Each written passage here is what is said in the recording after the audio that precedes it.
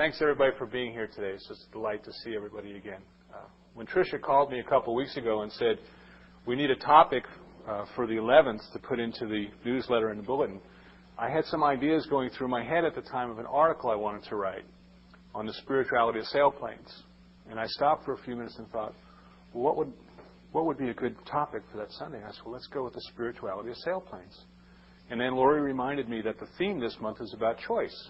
So I said, well, I choose to speak on the spirituality of sailplanes. And then we'll tie it together. Now, not everybody, just how many folks here have seen a sailplane or have ridden in a sailplane? Can we see a show of hands? A few folks. Okay. Now, just to make sure that we're not confusing this with the kites that you strap on your back and dive off of Grandfather's Mountain. That's not what I did. This is a picture of a sailplane. It is a beautiful machine. And in the hands of a skilled pilot, it is extremely graceful. It has no power of its own. None whatsoever. But because it is designed to cooperate and to work in harmony with the physical laws of the universe, it can stay aloft for a very long time. A plane such as the one that's in the picture will have a glide ratio of over 40-to-1. That means that as gravity pulls it towards the earth, for every foot that it comes down, it will go forward 40 feet. For every mile of altitude that the plane has, it can go forward 40 miles without any power of its own. So here we have this device that really has just been designed to comply with the laws of the universe as people have discovered them and learned to cooperate with them. And they've been able to do outstanding things with them. If I told you that there's a gentleman named Thomas Knopf, K-N-O-P-F, who flies out of an airport near Harrisburg, Pennsylvania. And one day he flew from Harrisburg, Pennsylvania to Oak Ridge, Tennessee, which is between Asheville, North Carolina, and Knoxville, Tennessee. He flew from Harrisburg, Pennsylvania to Oak Ridge, Tennessee, and back in the same day without ever landing in a plane that has no power of its own. Other people have been able to fly sailplanes and achieve an altitude of over 70,000 feet. That's higher than commercial airliners go. And this is in a device that has no power and therefore no heat. It's very cold up there. No pressurized cabin. Oxygen masks. They don't stay up there long because it's cold, but they can ride the wave up. And they've actually stayed aloft for several days at a time. Same pilot, same plane, day, night, over 2 days. It's amazing what people can do when they learn how to cooperate with the laws of nature and they practice it and practice at it until they get good. And where I was going with the analogy is that we as spiritual beings are even more amazing than a sailplane. See, we have these bodies which are perfectly designed to function and to act in the physical laws of the universe. We can stand upright and defy gravity to some extent. We can move. Nobody knows how we move. We learn how to walk, we learn how to run, we learn how to swim. We don't think about it, but we do. And these bodies are just such perfect vehicles to express life in this plane of existence. But yet we are not just merely physical beings. We are spiritual beings. We're spiritual beings having an experience in a human plane. And when we realize, like the sailplane pilots, that there is a power that flows all around us, and when we cooperate with it and we learn how to work with it, we can do things far greater than we could ever do if we simply thought of ourselves as sacks of flesh and bone. Then we start to experience the potential that we have. We start to experience the greatness that is there. See, one of the greatest teachers that we know in this was Jesus. And the presence of God within him was so clear that he became known as the Christ. Now, the Christ was a title. It meant the Messiah, the Anointed one in whom the presence of God was visible. And the presence of God was so visible within him, flowing through him, that He did wonderful things people call miracles. Raised the dead, healed the sick. All these things. And when folks said, how did you do that? He said, it wasn't me. It was the power within. It was the Father within. It was the Spirit within that flows through me. So as a sailplane pilot has to go and find a source of lift that flows underneath the wings of the plane and carries it higher and higher. Jesus found something within Himself. And He told us, He said, each and every one can do this or something even greater. Because the Father that is within me is the same Father that is within you, the same Spirit, the same power. Now His relationship with this power was so intimate, He called it Papa. That's what Abba meant in the Aramaic. Not Father, Papa. A loving term of endearment. And can we feel the love within us, around us, and through us that is there to lift us and to carry us and to have us do greater things than we have ever imagined. And that's the spirituality of sailplanes. And as I started to think about this, I said, not only is there an amazing parallel here between the fact that we have the power of Spirit flowing through our lives, but the very process by which I learned to be a pilot, I think carries a lot of similarities over into the way that we learn to practice our spiritualness, if you will, to more fully demonstrate our spiritual potential. So I'd just like to take you back in time a little bit and reminisce some of the memories of how I learned to fly, become a sailplane pilot, and lived to tell the experience. Now you may wonder why I chose sailplanes, and I had a theory at the time. I used to read the paper a lot and I wanted to fly. And I realized that these small airplanes, when their engines failed, they would frequently crash. And I said, well, I can eliminate that possibility by having a plane that has no engine whatsoever. And we just don't have to worry about those things. So a typical flight, when you go to the flight line and you're taking your instruction, you have to take your airplane out of the hangar. Usually you do this by yourself. They weigh about 700 pounds. And you drag it from the hangar down to the end of the runway. And when you get down there, there's people who are working on the flight line. And you typically would call them the wing runners. And what the wing runner does is the wing runner helps you get your plane, when it's your turn to take off, they help you get your plane out on the end of the runway. And then as the pilot, you have to get into the cockpit and strap yourself in. Go through your checklist, close your canopy down. And the wing runner comes and they take the end of the tow rope. See, the plane has no power of its own, so usually it gets towed aloft behind a tow plane.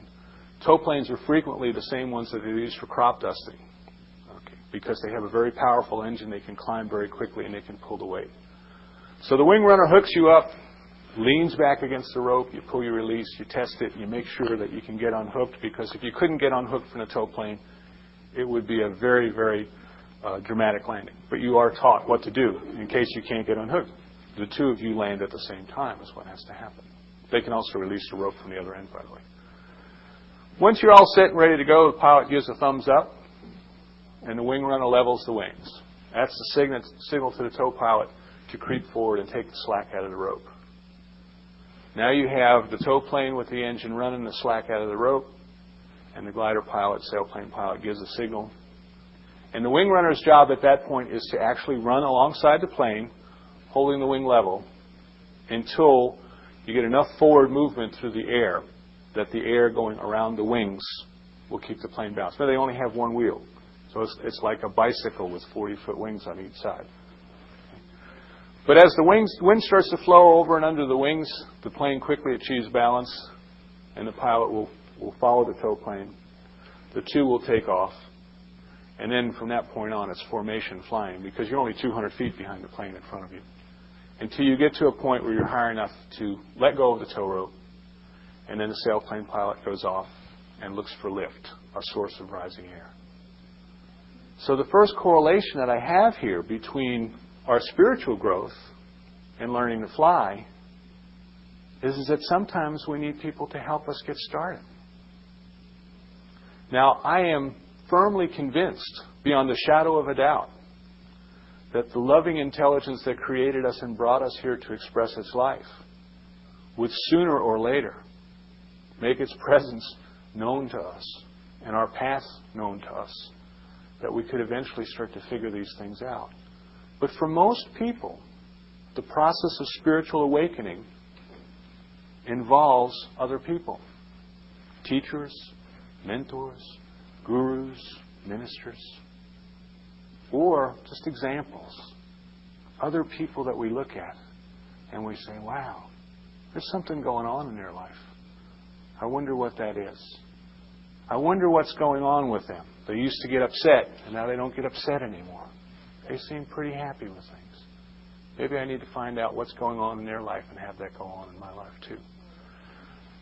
So the first correlation is sometimes we need people to hang out with who already know how to do these things.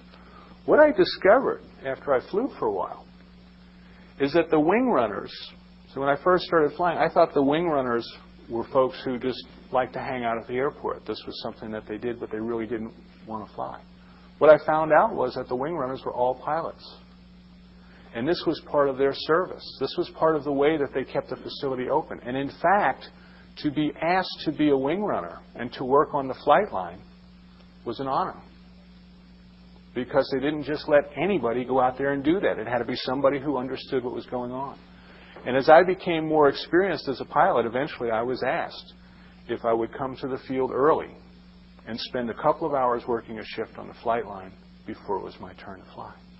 And in doing that, of course, I got to meet all the other pilots, some much more skillful than I was, some less skillful than I was.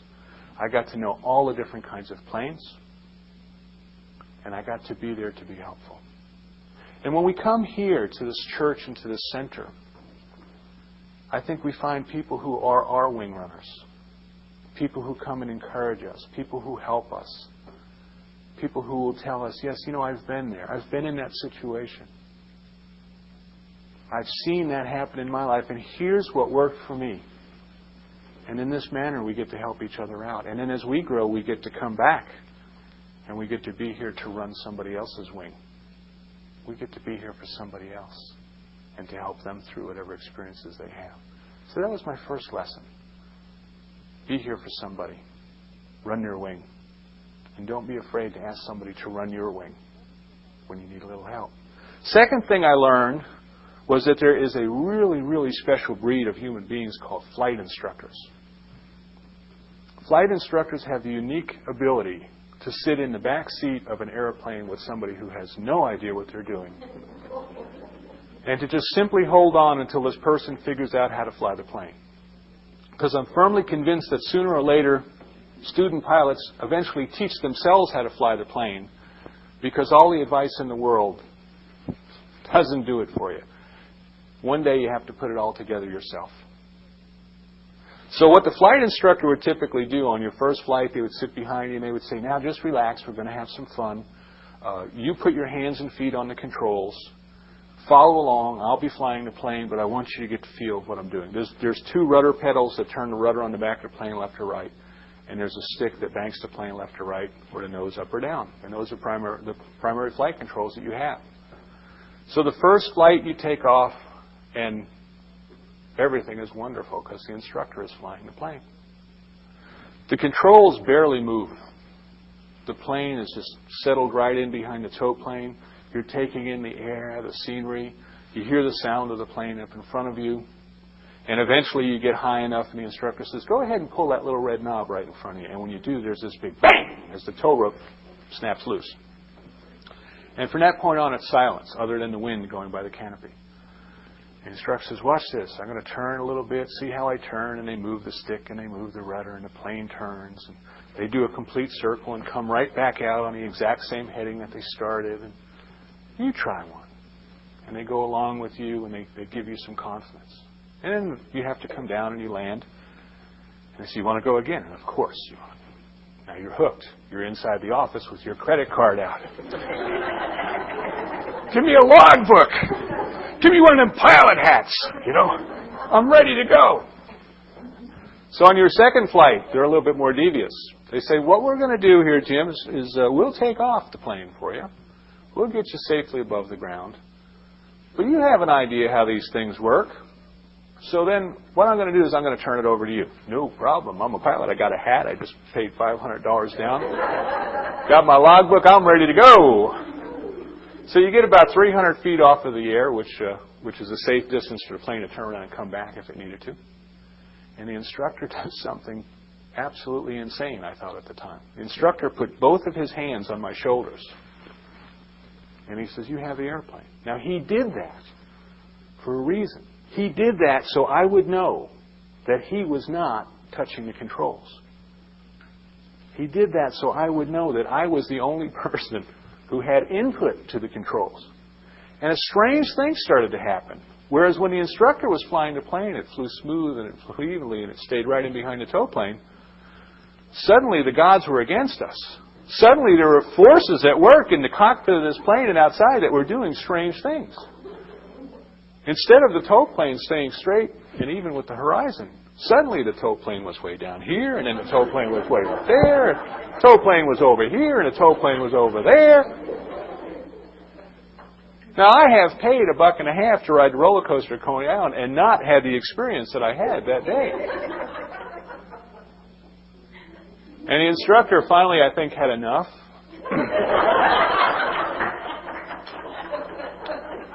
And he said, I'm going to take controls back now. You just follow along. And I'm thinking to myself, oh, thank God. So the instructor took the controls back, and they didn't move. They barely imperceptibly moved, and the plane just slid right in behind the tow plane. Right where it was supposed to be. I said, what is it? They know the abracadabra, knows the magic word. What is going on here? And what he's trying to teach you, what he was trying to teach me, was that the plane is inherently trustworthy and stable. It wants to fly in a constant attitude at a constant speed. And if it's doing this and going up and down, it is because I was putting some movement into the controls and it was going up and down. See, I was the only one causing that experience in my universe. There were no outside forces at work against me. I just didn't understand the cause and effect relationship between how much and how fast to move the controls and how much and how fast the response would be, because there was a delay. See, what would happen is as the sailplane would start to creep up high behind the tow plane, I would notice that. And I would move my stick forward to bring the nose down a little bit, and nothing would happen. I didn't know it was because there was a time delay involved. I thought, well, evidently I didn't move it far enough. So just at the moment where the first control input was starting to have effect, that was when I decided to move the stick just a little bit more. So I did. I moved it the second time, and the plane started to put its nose down. I said, there, that ought to do it. So the plane would come down, and now the tow plane, instead of being down below me, it was starting to go up above me. And I said, that's not right. I'm supposed to be right in behind it with its wheels right on the horizon. So I pulled back on the stick a little bit. The plane didn't come up, and I said, well, I guess I didn't move it enough. So I pulled back a little bit more, and it started to come up. And I said, now I got this. And I would zoom right past. And this is called pilot-induced oscillation, for anybody who cares, or PIO. But after a while, you look like a porpoise. You're doing this up and down. All that you have to do if you find yourself in that situation is to get centered. Center the controls. Stop doing that silly stuff, see? And put the controls back in the center. So what do we learn in our spiritual growth as we start to evolve and we start to develop, right? It's us. It's done unto us according to our belief. And if the experience that we're having is one of up and down and side to side and rocky roads, and we want to change it, what do? Stop the silly inputs and get centered and come from a place of knowing that life itself is good and life itself wants to be expressed through us, and it is not trying to bounce us all over the sky. The other thing I learned was one day when one of these episodes was going on. Now this problem did not solve itself in just one lesson, believe me. Some days I was a slow learner. So one day the instructor said, "I'll take the controls back." And the instructor did. And the instructor said, "Show me your hand." So I held up my hand, the hand that I had on the controls. And they said, "Move your fingers until the blood comes back in." You've heard of white-knuckled flyers? I had that stick, and if I could have squeezed that thing any tighter, it would have snapped. It was made out of aluminum, and it was flattening in my grip. And what was going on? See, I was tense mentally, and that tension was being reflected in my body, and I was holding that control stick with every bit of tension, and it was going right out through the control surfaces, and the plane was acting as if it was tense. Jerky movements up and down, left and right. The instructor said, "Relax. 2 fingers in your thumb. Hold the stick gently. Move it gently, easily, effortlessly, and be one with the plane." Well, it certainly hurts my hand a lot less. I guess I'll try that. And sure enough, as soon as I stopped fighting the airplane, it settled in and it flew the way I wanted it to fly. So what do we know of our spiritual growth? Have you ever tried as hard as you could try to get an answer to your prayer? And what happens? The harder you try, the more elusive it becomes. See, we can't force it to happen. We can't force these things. We have to open ourselves up. We have to recognize that Spirit is living through us. And it is about cooperating. It is about being in harmony. It is not about fighting. It is not about struggling. The next thing I learned was practice. Practice, practice, practice. When I decided to commit myself to learn how to be a pilot, I would make my appointments and I would go out to fly. Without regard to what was going on with the weather, I would go out to fly. Now, there was a group of pilots that were called the fair weather pilots who wouldn't go to the field unless it was a beautiful sunshiny day, unless they had called the National Weather Service and they said that the lift index was extremely high, which meant lots of air going up. They didn't show up. But I would go out on the days when it was raining and hope that we could see just enough that we could fly. I'd go out when it was snowing. I would go out, I would suit up, and I would show up. And what the instructors would tell me is, if you really want to be a pilot, someday you may be flying your airplane 1,000 miles across country. And you have no idea what the weather's going to be like when you get there. There's no guarantee because it was beautiful and sunny from the field you took off of, that whenever you get where you're going, that it's going to be beautiful and sunny. So if you really want to learn how to fly, just don't do it on the days that are good. So there was many a day when I would learn how to fly where I was in conditions known as zero lift. Now what that means is you're in the air in your plane and you're going in circles in a thermal. Thermal being a source of lift caused by warm air rising.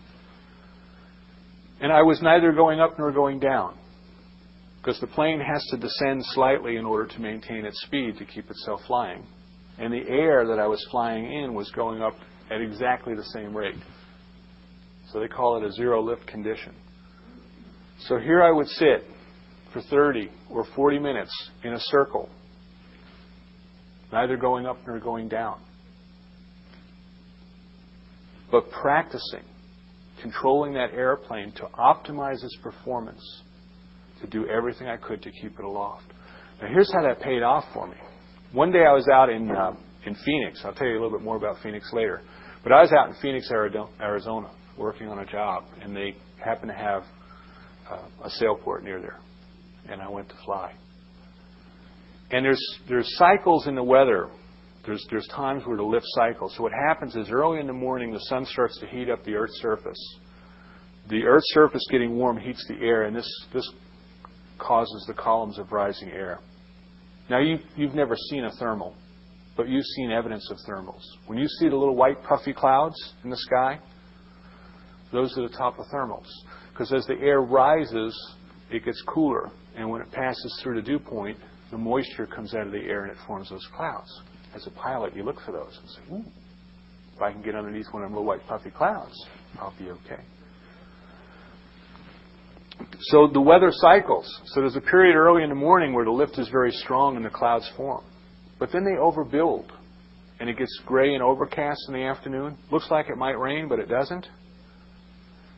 And what happens is that overcast sky stops the sun's rays from warming the surface of the earth. And the lift basically stops. The clouds disappear, and then the whole thing starts all over again. So I was out in Phoenix one day, and I was flying. And when you're in the air, you're constantly looking around to see who's around you. You have to be aware of everything that's going on. And I could see all the other pilots in their planes, and I knew about where they were. And the lift cycle. And whereas the plane had been going up at 700 or 800 feet a minute, now I encountered a condition of zero lift. I was simply parked in the air, doing a circle, neither going up nor going down. And as I looked out the window of the cockpit, I saw all of my colleagues going into land. One by one by one. They fell out of the sky. They could not stay aloft. These were the fellows who learned how to fly on the days when everything was good. They did not have the skill to stay aloft when everything was not working perfectly.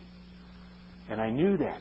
The light bulb went off for me. I said, oh, so those days I spent learning how to fly when I probably would rather have stayed in bed paid off. So how does that relate to our spiritual growth? It's easy to feel good when everything's going great.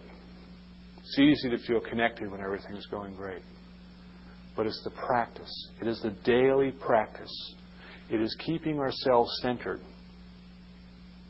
It is making the contact with the presence of God in every situation that gives us the competency it takes, so that at the time when something may not be going exactly right in our life, we are able to stay just as centered as the time when everything's going wonderfully.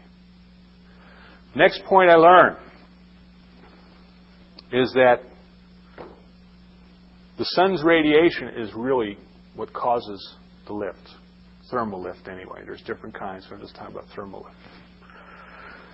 The sun's radiation is everywhere present, at least when the sun is up. But what happens is it's not recognized everywhere, if you will.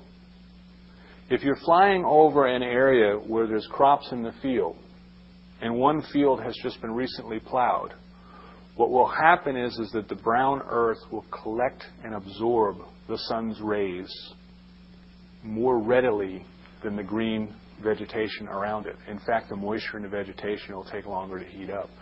So what happens as a pilot is you start to look for these areas where you're more likely to find lift. And that's how you know where to start to go. You look for signs. You look for the clouds. You look for the ground below. And you try to get yourself positioned over an area with a lift. You're more likely to find lift. So the process is once you get off the tow rope, you start to fly about looking for lift until you find it. And then you center in a turn. So what I got out of that is that the presence of God is everywhere about us. We know that God is everywhere present if God is anywhere present.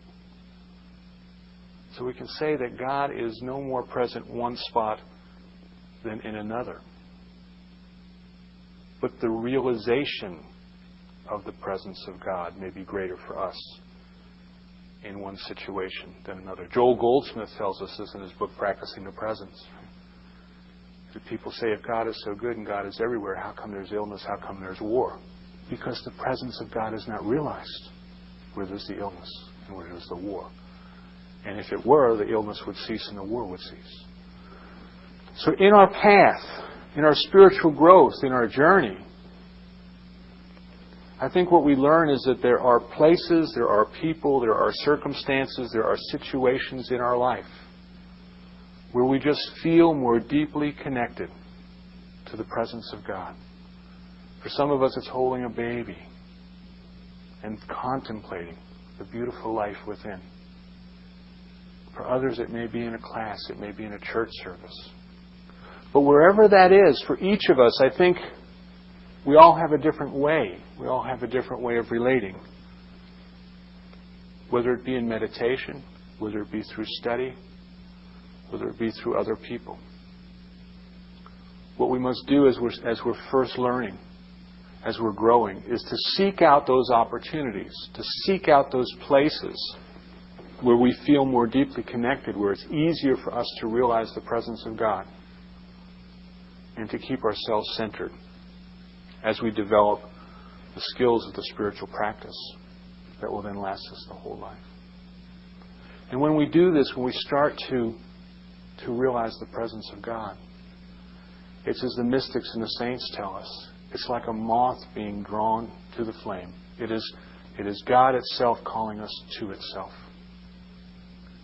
And at that point, we realize that there's really nothing else in this life worth having. That is what it's about. It is about remembering who we are. It is about connecting with this divine presence. It is about becoming the spiritual radiators that Chris talked about, until we so fully, completely recognize the presence of God in everything, that we can be like Brother Lawrence, the 15th century monk, who saw that doing the work in the kitchen was just as sacred as preaching the sermons. So as we do our practice, as we spend our time, here's how it came together for me one day. Actually, these events happened over a period of a couple of days, but I'll put them in the same day, just for the sake of telling the story. I had been studying for a couple of years. I had been traveling. My studies were interrupted because sometimes I would be near a place where I could fly and sometimes I couldn't. But one day I was in Phoenix, Arizona, and I had been flying there, knew the people, made my reservations, and I showed up at the airfield. And there was a lot of commotion going on that day. I mean, there was a line of sailplanes almost all the way down the runway. There was pilots everywhere. There was helicopters flying overhead. They were taking video camera shots. Something big was going on. I had no idea what it was. And I said, "What's going on? What is this?" And they said, "This is the Hitachi Masters of Soaring competition." To put it in context, it would be like going to Pinehurst a couple of weeks ago and saying, "What is this U.S. Open and who is Tiger Woods?"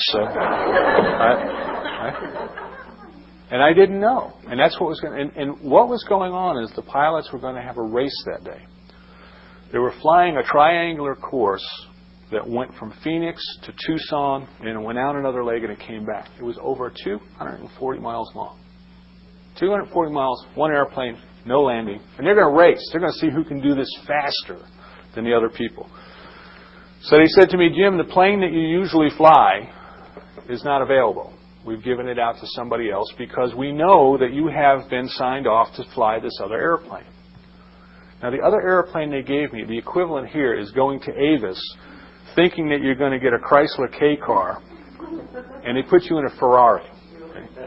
That's the plane they put me in. It was a $45,000 fiberglass sailplane. It was a single passenger plane. This ship was so sleek that I had to lay down flat, and in the back, my head just tilted up slightly so I could see out over my feet. That's how low it was in the cockpit area.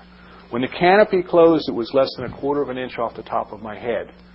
And I very quickly learned that I needed to pull the straps on my shoulder harness down as tight as I could, because if I hit a bump in the air and my head went up 1/4 of an inch, it hurt really hard.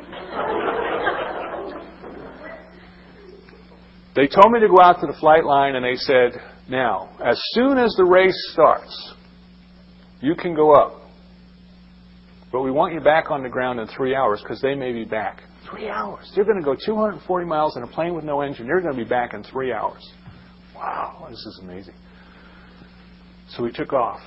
Now, this is a dirt runway in Phoenix, which exciting things happen on dirt runways because the tow plane's propeller kicks up a lot of dust. So for the first few minutes, it's kind of like you're in a snowstorm. We started down the runway.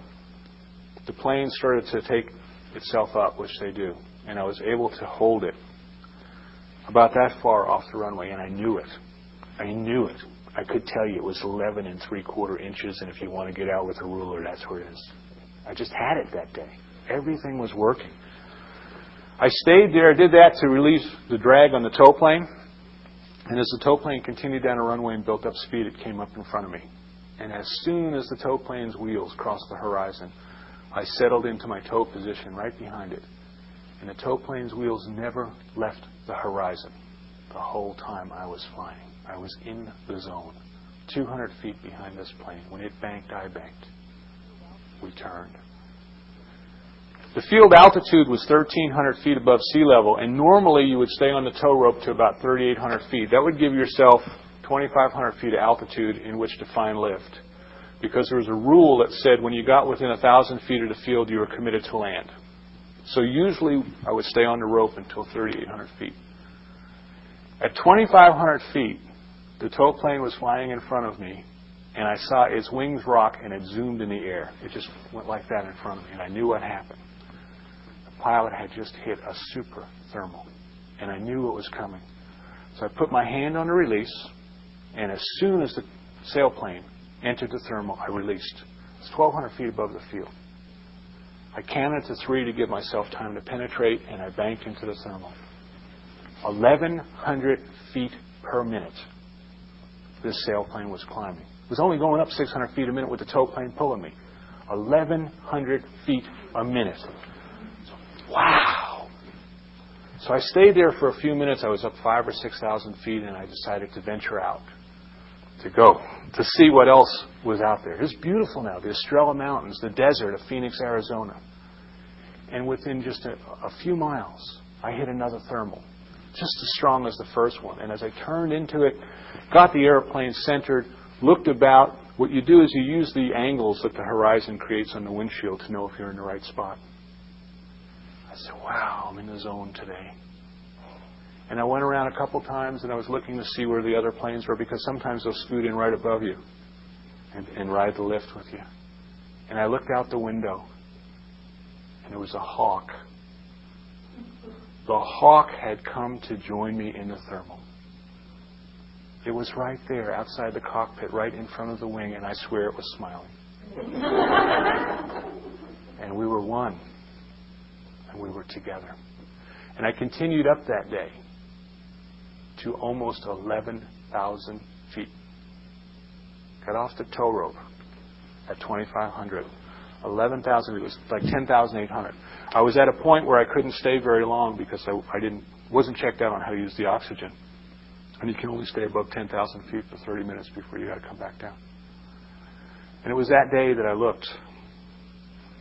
And I said, I don't care that it only says student on my license. That's wrong. See, I've arrived. I'm a pilot. From 11,000 feet, I could have turned that plane and glided all the way to Tucson, Arizona. It was a great feeling. As we spend our time developing ourselves spiritually, studying and learning and growing, we have those kind of days in our spiritual life. The day where you get up in the morning and you step out and you take the breath and you can feel the invisible life flowing into your lungs. You can feel the energy in the trees.